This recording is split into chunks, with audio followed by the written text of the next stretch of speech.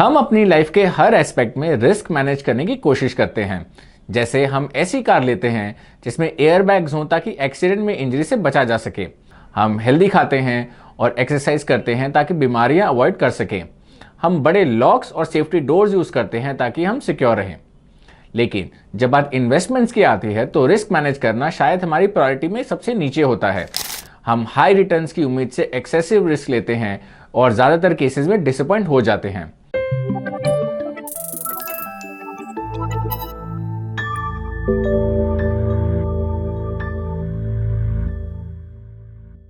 Hello and welcome to ET Money's Hindi YouTube channel.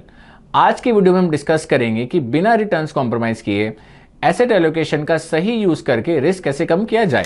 अब बाकी videos की तरह हमने यहां भी काफी डेटा एनालाइज किया है ताकि ये दिखाया जा सके कि एसेट एलोकेशन इन्वेस्टर्स के लिए जरूरी है, इसलिए आप वीडियो को लास्ट तक जरूर देखें।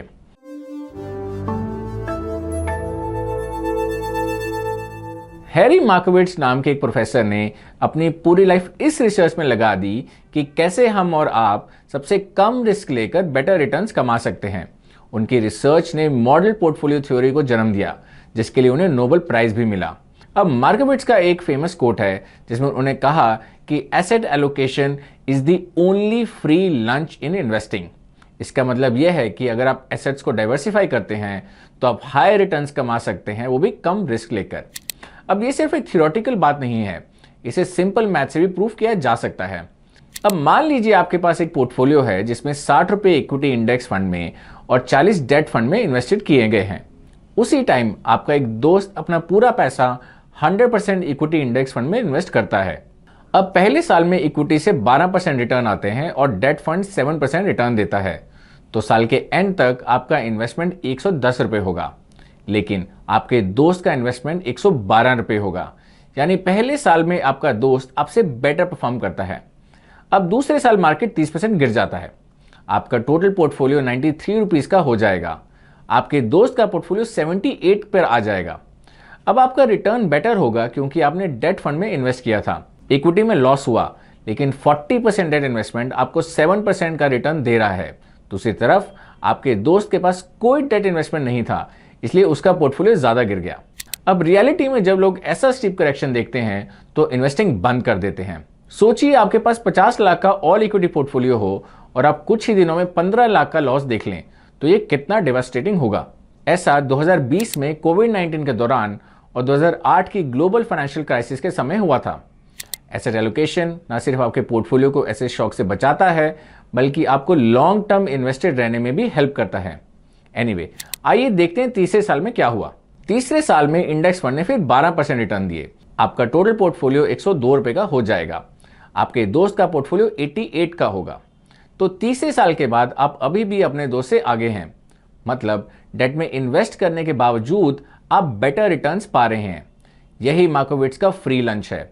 एक जरूरी बात, यहां हमने सिर्फ 3 साल का एग्जाम्पल लिया है ताकि एसेट एलोकेशन के बेनिफिट्स को हाईलाइट किया जा सके। Usually 100% equity portfolio long term में बेटर रिटर्न्स देता है, लेकिन ये रिटर्न्स बहुत हाई रिस्क के साथ आते हैं। हमने वीडियो की शुरुआत में रिस्क की बात करी थी, लेकिन इन्वेस्टिंग में रिस्क होता क्या है? अब रिस्क को देखने का एक तरीका है मार्केट के अप्स एंड डाउन्स, जिसे वॉलेटिलिटी कहा जाता है। दूसरा तरीका है रिटर्न्स का अनसर्टेन होना। आपने कई बार सुना होगा कि अगर आप लॉन्ग टर्म इन्वेस्ट करेंगे तो अच्छा रिटर्न मिलेगा। यह बात सही है, लेकिन कोई प्रिडिक्ट नहीं कर सकता कि रिटर्न कितना होगा। अगर आपने 100% इक्विटी पोर्टफोलियो में इन्वेस्ट किया है तो लॉन्ग टर्म में भी रिटर्न्स अच्छे या खराब दोनों हो सकते हैं। अब मान लीजिए आपने 1 जनवरी 1994 में 1000 पर मंथ का एसआईपी बीएसई सेंसेक्स में स्टार्ट किया होता। आपने पहले 7, 8 और 9 ईयर्स तक कोई भी रिटर्न नहीं कमाया होता। उसी time debt instruments double digit returns दे रहे थे। पीपीएफ पर 11 से 12% रिटर्न मिल रहा था। गवर्नमेंट सिक्योरिटीज के यील्ड्स भी सेम रेंज में थे। इमेजिन कीजिए कि इन्वेस्टर कितना फ्रस्ट्रेट हो गया होगा जिसे इतने साल नेगेटिव एसआईपी रिटर्न्स देखने को मिला, जबकि simple debt products double digit में अच्छे रिटर्न्स दे रहे थे। और यही नहीं, 14th ईयर में रिटर्न्स 20% तक चले गए, लेकिन 15th ईयर में फिर से सिंगल डिजिट में आ गए। यही रिस्क होता है इक्विटीज में। आप लॉन्ग टर्म सेव करें, लेकिन कोई गारंटी नहीं है कि रिटर्न्स डबल डिजिट में ही रहेंगे। अगर एसेट एलोकेशन सही तरीके से किया जाए तो लेट 90s और अर्ली 2000 में इन्वेस्टर्स के रिटर्न नेगेटिव नहीं होते। लेकिन ये तो सिर्फ आधी कहानी है। असली मैजिक तब होता है जब आप अपने पोर्टफोलियो को रीबैलेंस करते हैं। आइए अगले सेक्शन में देखते हैं कि रीबैलेंसिंग कैसे रिटर्न्स को इंप्रूव कर सकता है।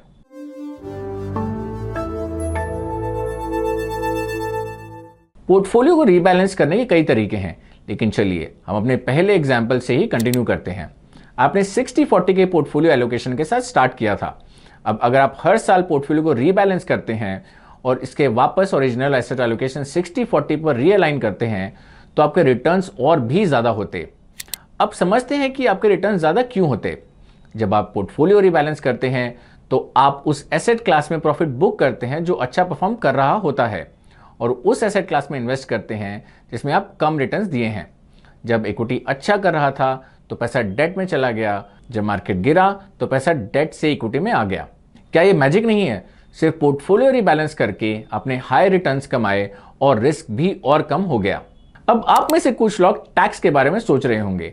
आखिर जब आप रीबैलेंस करते हैं, इन्वेस्टमेंट्स बेचते हैं, तो आपको टैक्स देना पड़ता है। अब इंडिया में इक्विटी पर दूसरे एसेट जैसे डेट और गोल्ड के कंपैरिजन में कम टैक्स लगता है, लेकिन अगर आपके पोर्टफोलियो में डेट है तो आपको ज्यादा टैक्स देना होगा। अब अगर आप अलग अलग एसेट्स में इन्वेस्ट करते हैं और उन्हें रेगुलरली रीबैलेंस भी करते हैं तो आपके post tax returns 100% equity tax से कम हो सकते हैं, लेकिन एसेट एलोकेशन के बेनिफिट्स हायर टैक्सेशन से ज्यादा बड़े हैं, इसलिए सिर्फ टैक्स को डील ब्रेकर मत बनने दीजिए। अब अगले सेक्शन में कुछ रियल नंबर्स देखते हैं।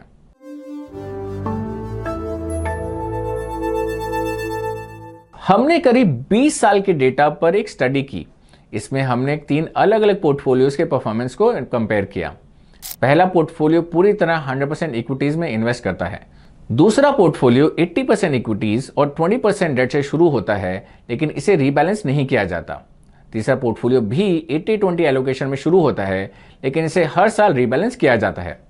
रिजल्ट्स बताने से पहले 2 पॉइंट्स आपको ध्यान में रखने होंगे। हमने एज्यूम किया है कि एक इन्वेस्टर ने 233 महीने पहले 20,000 की एसआईपी से शुरुआत की। यह 20 साल से सिर्फ 7 महीने कम है। थर्ड सिनेरियो में जहां इन्वेस्टर पोर्टफोलियो रीबैलेंस करता है, वहां इन्वेस्टमेंट बेचने पर टैक्स देना होगा। इस केस में इन्वेस्टर अपनी एसआईपी को रोककर उसी पैसे से टैक्स भरता है। इससे आपको टैक्स के इंपैक्ट को समझने में मदद मिलेगी। अब रिजल्ट्स की बात करते हैं। 100% इक्विटी पोर्टफोलियो में इन्वेस्टर 233 मंथ्स तक 46 लाख रुपीज इन्वेस्ट करता है। इसका फाइनल पोर्टफोलियो 2.43 करोड़ तक पहुंच गया। अगर वो पूरा पोर्टफोलियो लिक्विडेट करता है तो उसे 25.46 लाख टैक्स देना होगा। 80-20 पोर्टफोलियो जहां इन्वेस्टर रीबैलेंस नहीं करता, उसका फाइनल कॉर्पस 1.92 करोड़ होगा। यहां भी टोटल इन्वेस्टमेंट 46 लाख ही है। अगर पूरा पोर्टफोलियो लिक्विडेट किया जाए तो टैक्स लायबिलिटी 24.5 लाख होगी। अब तीसरे सिनेरियो में जहां इन्वेस्टर 80-20 पोर्टफोलियो रीबैलेंस करता है, उसका फाइनल कॉर्पस 2.2 करोड़ होता है, लेकिन यहां इन्वेस्टमेंट अमाउंट कम है क्योंकि एसआईपी का कुछ हिस्सा टैक्स भरने में चला गया। टोटल इन्वेस्टेड अमाउंट 43 लाख बनता है। अगर पूरा पोर्टफोलियो लिक्विडेट किया जाए तो टोटल टैक्स 28 लाख होगा। टैक्स ज्यादा इसलिए क्योंकि पोर्टफोलियो में 20% डेट था। डेट पर गेन्स इन्वेस्टर की इनकम में जोड़ दिए जाते हैं और हमने एग्जाम्पल में टैक्स रेट 30% लिया है। अब 100% इक्विटी पोर्टफोलियो का पोस्ट टैक्स रिटर्न 14.07% आता है। 80-20 पोर्टफोलियो जहां रीबैलेंसिंग नहीं हुई, उसका रिटर्न 13.01% है, और जहां इन्वेस्टर ने रीबैलेंस किया वहां पोस्ट टैक्स एक्साइजर 13.24% आता है। ये 100% इक्विटी पोर्टफोलियो से सिर्फ 83 बेसिस पॉइंट्स कम है।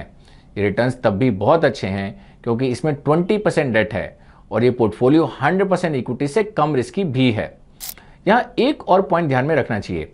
इस स्टडी में इन्वेस्टमेंट मार्च 2005 से शुरू हुआ और अगस्त 2024 तक चला। पिछले 4 साल से इक्विटी मार्केट बुल रन में है। इसके बावजूद 100% इक्विटी पोर्टफोलियो का रिटर्न सिर्फ 0.8 परसेंटेज पॉइंट ज्यादा रहा। अगर इस स्टडी में हमने ऑनगोइंग करेक्शन को भी लिया होता तो रिजल्ट 80-20 पोर्टफोलियो के फेवर में होता, जिसे हर साल रिबैलेंस किया गया। Now think of example we discuss earlier. 1994 से 2003 के बीच इन्वेस्टर्स को 7, 8 और 9 सालों तक जीरो रिटर्न्स मिले। यही एक और रीजन है कि एसेट एलोकेशन अप्रोच 100% इक्विटी में इन्वेस्ट करने से बेहतर होती है। आप अपने फाइनेंशियल गोल्स के लिए इन्वेस्ट करते हैं और जब जरूरत हो तब पैसा निकालते हैं, लेकिन उस समय मार्केट का क्या हाल होगा ये प्रिडिक्ट करना मुश्किल है। एक सिस्टमैटिक अप्रोच जिसमें एसेट एलोकेशन सही तरीके से किया जाए, ये इंश्योर करेगा कि आपके गेन्स मार्केट कंडीशंस के बावजूद सिक्योर रहें। हालांकि एसेट एलोकेशन इन्वेस्टिंग के लिए क्लियरली बेटर अप्रोच है, फिर भी ज़्यादातर इन्वेस्टर इसे फॉलो नहीं करते। ज़्यादातर टीवी चैनल्स, यूट्यूब वीडियोस और इन्वेस्टिंग से जुड़े लिटरेचर सिर्फ एक चीज़ पर फोकस करता है, चूजिंग द राइट इन्वेस्टमेंट। और यहीं पर ज़्यादातर इन्वेस्टर्स फंस जाते हैं। वो अपनी सारी एनर्जी इस पर लगाते हैं कि कहाँ इन्वेस्ट करें, जबकि यही आसान हिस्सा है। असली मेहनत इन्वेस्टमेंट करने के बाद शुरू होती है। आपको अपने इन्वेस्टमेंट्स मैनेज करने के लिए एक सिस्टम बनाना होगा।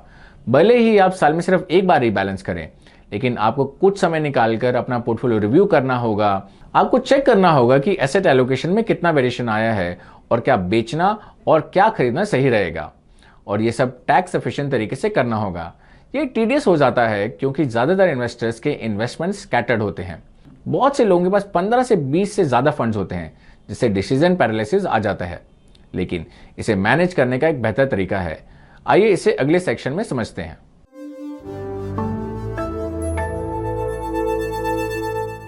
ईटी मनी पर हमने एक पावरफुल इन्वेस्टमेंट मैनेजमेंट सॉल्यूशन बनाया है, ईटी मनी जीनियस। ये आपको सही इन्वेस्टमेंट चुनने में हेल्प करता है, एसेट एलोकेशन और रीबैलेंसिंग मैनेज करता है और बेटर रिस्क एडजस्टेड और टैक्स एडजस्टेड रिटर्न देने की कोशिश करता है। सबसे पहले जीनियस आपकी रिस्क टेकिंग कैपेसिटी समझता है। आप मार्केट के अप्स और डाउन्स को कितना बेयर कर सकते हैं। इसके लिए इन्वेस्टर हमारे इन्वेस्टर पर्सनालिटी असेसमेंट को कंप्लीट करते हैं, जिसमें उन्हें एक रिस्क रेंज मिलती है। इसके बाद जीनियस का इन्वेस्टमेंट सॉल्यूशन अल्टीमेट एसआईपी इस रेंज को यूज करके आपको शॉर्ट, मीडियम और लॉन्ग टर्म इन्वेस्टिंग गोल्स के लिए best suited SIP plan suggest करता है। इन प्लान्स में आप इंडेक्स फंड्स या स्टॉक्स के थ्रू इन्वेस्ट कर सकते हैं। अब जीनियस आपके अल्टीमेट एसआईपी प्लान में रीबैलेंसिंग के दौरान टैक्स इंपैक्ट को भी कम करता है। ये दो तरीके से करता है। पहला, ये शॉर्ट टर्म इन्वेस्टमेंट्स बेचना अवॉइड करता है। एग्जाम्पल के लिए, अगर आप इक्विटीज को 12 महीने के अंदर बेचते हैं तो आपको 20% short term capital gains tax देना होता है। जीनियस इस टैक्स से बचने के लिए आपकी म्यूचुअल फंड यूनिट्स तब तक होल्ड करेगा जब तक वे 12 महीने पूरे ना कर लें। दूसरा तरीका जिसे जीनियस टैक्स बचाता है वह टास्क हार्वेस्टिंग है। इसे समझने के लिए चलिए थोड़ा पीछे चलते हैं। जुलाई 2024 के बजट में इक्विटी टैक्सेशन को चेंज कर दिया गया था। अब लॉन्ग टर्म कैपिटल गेन्स पर 12.5% टैक्स लगेगा, जो पहले 10% था। ये तब लागू होगा जब आप स्टॉक्स या म्यूचुअल फंड्स को 12 महीने से ज्यादा होल्ड करने के बाद बेचते हैं। गवर्नमेंट ने short term capital gains tax को भी बढ़ा दिया। अगर आप 12 महीने के अंदर इक्विटीज बेचते हैं तो आपको 15% की जगह अब 20% टैक्स देना होगा। हालांकि आपको लॉन्ग टर्म टैक्स तभी देना होगा जब आपके गेन्स 1.25 लाख से ज्यादा हों। अगर इस लिमिट को स्मार्टली यूज किया जाए तो हर साल 16,250 तक का टैक्स बचाया जा सकता है। पहले एग्जेम्पशन सिर्फ 1 लाख का था, जिसे सिर्फ 10,000 के आसपास का टैक्स ही बचता था। आइए इसे एक सिंपल एग्जांपल से समझते हैं। मान लीजिए आपने 24-25 फाइनेंशियल ईयर में 5 लाख रुपए इक्विटीज में इन्वेस्ट किए। एक साल बाद your investments grow by 20%, so you gained 1 lakh rupee. अब आपका टोटल कॉर्पस 6 लाख रुपए हो गया। अब अगर आप इसे एक साल बाद बेचते हैं तो आपको 0 टैक्स देना होगा। रीजन, क्योंकि आपके गेन्स 1.25 लाख के एग्जेम्पशन लिमिट से कम है। जब आप 6 लाख को इन्वेस्ट करेंगे तो टैक्स के लिए इसे फ्रेश इन्वेस्टमेंट माना जाएगा। आप इस प्रोसेस को हर साल रिपीट कर सकते हैं और 1.25 लाख तक के इक्विटी गेन्स पर कोई टैक्स नहीं देंगे। इसे ही टैक्स गेन हार्वेस्टिंग कहते हैं। हमने इस प्रोसेस को जीनियस में बिल्ड किया है, जिससे आप हर साल 16,250 तक का टैक्स बचा सकते हैं। यह सिर्फ एक तरीका है जिससे जीनियस आपके लिए टैक्स बचाता है। हमने और भी स्ट्रैटेजीज अपनाई हैं ताकि आपको बेटर टैक्स एडजस्टेड रिटर्न मिले। इसके बारे में हम आगे बात करेंगे। अब जीनियस के साथ आपको यह सोचने की जरूरत नहीं है कि आपको इक्विटी, डेट और गोल्ड में कितना एलोकेशन रखना चाहिए। जीनियस ये सब आपके लिए मैनेज करता है और आपको रीबैलेंसिंग की भी चिंता नहीं करनी पड़ेगी। सिर्फ एक टैप में रीबैलेंसिंग ऑटोमेटिकली हो जाएगी। अब जीनियस स्टैटिक 60-40 या 70-30 इक्विटी डेट पोर्टफोलियो को मेंटेन नहीं करता। ये टैक्टिकल डायनामिक एसेट एलोकेशन को फॉलो करता है, जो और भी एडवांस स्ट्रैटेजी है। एग्जाम्पल के लिए मान लीजिए एक इन्वेस्टर है जिसका रिस्क रेंज 64 से 86 है। उसने long term ultimate SIP plan में इन्वेस्ट करने का डिसाइड किया। यह प्लान इक्विटी एलोकेशन को 80% से ऊपर रखने के लिए बना है, लेकिन अगर मार्केट डीप डिस्काउंट में चला जाए तो 100% तक इक्विटी एलोकेशन पर जा सकता है। यह प्लान डेट और गोल्ड को भी सही बैलेंस में एलोकेट करता है, जिससे एक्सपेंसिव मार्केट्स में डाउनसाइड प्रोटेक्ट किया जा सके और अनसर्टेन मार्केट्स में इक्विटी रिस्क हेज हो सके। अब ये सब डिसीजंस डेटा पर बेस्ड होते हैं। जीनियस कई डेटा पॉइंट्स को एनालाइज करता है, जैसे market valuations, price trends, inflation और इंटरेस्ट रेट्स। इसी डेटा के बेसिस पर जीनियस हर महीने एसेट एलोकेशन सजेस्ट करता है, जिससे आप मार्केट ट्रेंड्स का सही फायदा उठा सकें। अगर गोल्ड अच्छा कर रहा है तो जीनियस उसमें एलोकेशन बढ़ाएगा। अगर स्मॉल कैप्स मार्केट ड्राइव कर रहे हैं तो जीनियस इंश्योर करेगा आप इस ट्रेंड का लाभ उठा सकें। अब जीनियस जरूरत पड़ने पर कॉशियस भी रह सकता है और अपॉर्चुनिस्टिक अप्रोच भी ले सकता है। आइए अब 2 एग्जाम्पल से समझाते हैं। सबसे पहले गोल्ड की बात करते हैं। जब इक्विटी रिटर्न्स अनसर्टेन होते हैं तो गोल्ड अच्छा परफॉर्म करता है। जीनियस गोल्ड के प्राइस ट्रेंड्स को एनालाइज करता है और जियोपॉलिटिकल सिचुएशन, लिक्विडिटी और इन्फ्लेशन जैसे फैक्टर्स को ध्यान में रखते हुए एलोकेशन डिसाइड करता है। एग्जाम्पल के लिए अगस्त 2024 में वाइडली एक्सपेक्टेड था कि US Fed interest rates cut करेगा। ऐसी सिचुएशन में डॉलर कमजोर हो सकता है, जिससे गोल्ड के प्राइसेस बढ़ने की एक्सपेक्टेशन थी। इसलिए जीनियस ने उस महीने गोल्ड एलोकेशन बढ़ा दिया और वही महीना गोल्ड के लिए सबसे अच्छा था जब प्राइसेस 4% तक बढ़ गए। अब दूसरा एग्जाम्पल लेते हैं इक्विटीज का। पिछले 2 साल से स्टॉक मार्केट रैली कर रही है, लेकिन जब फरवरी 2022 के एंड में रशिया यूक्रेन वॉर स्टार्ट हुआ तब मार्केट गिरने लगे। जीनियस ने मार्केट में वीकनेस डिटेक्ट की और लॉन्ग टर्म इन्वेस्टर्स के लिए इक्विटी एक्सपोजर 50% से कम कर दिया। यही है जीनियस का डायनामिक रिबैलेंसिंग, जो प्रिवेलिंग मार्केट ट्रेंड्स के हिसाब से आपके पोर्टफोलियो को ऑप्टिमाइज करता है। लेकिन रिबैलेंसिंग करने से पहले जीनियस आपके एग्जिस्टिंग एलोकेशन को कंपेयर करेगा। अगर नए एलोकेशन और पुराने एलोकेशन में वेरिएशन मैन्यूट है तो जीनियस पोर्टफोलियो को रिबैलेंस नहीं करेगा। इससे आपके पोर्टफोलियो में अननेसेसरी सेल ट्रांजैक्शंस कम होंगी और टैक्स इंपैक्ट भी कम होगा। जीनियस कभी भी शॉर्ट टर्म में यूनिट्स बेचने की सलाह नहीं देगा जब तक कि रिस्क बहुत ज्यादा ना हो। हालांकि अगर जीनियस को मार्केट में बहुत हाई रिस्क दिखता है तो ये टैक्स इंप्लीकेशंस को इग्नोर करके रिस्क मैनेजमेंट पर फोकस करेगा, और ये सिर्फ रेयर केसेस में होता है, क्योंकि लॉन्ग टर्म में रिस्क मैनेज करना टैक्सेस बचाने से ज्यादा जरूरी है। अब ये तो सिर्फ कुछ चीजें थी जो जीनियस आपके लिए कर सकता है।